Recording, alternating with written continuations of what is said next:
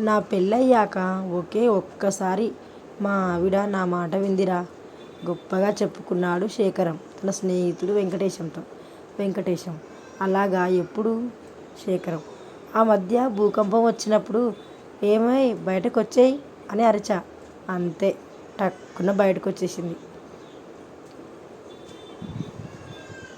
సునీల్ తన కొడుకుని స్కూల్లో చేర్పించి ఇంటికి బయలుదేరుతుండగా తన ఫ్రెండ్ సుబ్రహ్మణ్యం చూసి ఇలా అడిగాడు: ఇన్ని పుస్తకాలు ఎందుకు?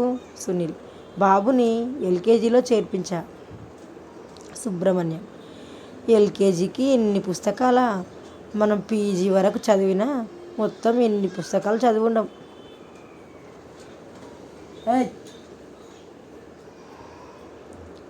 మద్యం తాగడం మానేయండి, బలంగా ఉంటారని మా ఆవిడ చాలా రోజులుగా పోరు పెడుతుంటే సరే అన్నాను.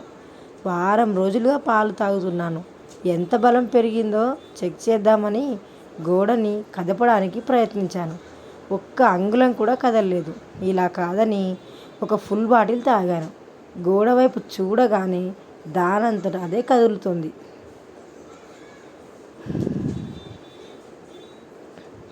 లాయర్: నువ్వెంత చాకచక్యంగా నగలు దొంగిలించావో సీసీ కెమెరాలో రికార్డ్ అయింది. సాక్ష్యం కూడా ఉంది. ఇప్పుడు కూడా దొంగతనం చేయలేదంటావా? దొంగ: అలా ఎందుకంటానండి?